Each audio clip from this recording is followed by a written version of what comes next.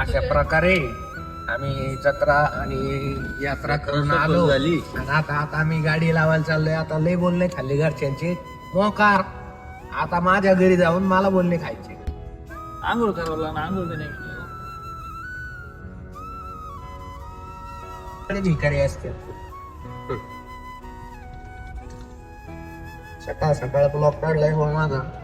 सोमशेर काय तर होऊन काय नाही काही काही असं चालू आहे भाऊ. काही गोट्या गोट्या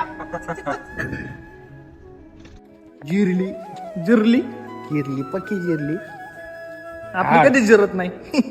आणि कसं आहे, माणसाने ना 100% आयुष्यात काहीतरी केलं पाहिजे. म्हणून आहे ना आम्ही आमचं आयुष्य उजळायला डायरेक्ट नाद करण्यासाठी आम्ही सोप्याला आलो होतो. कारण की आम्हाला बघायची होती एक प्रॉपर्टी एवढी पसंत पडली. पण काय सांगू, पैशाचं काही सॉंग आणता येणार.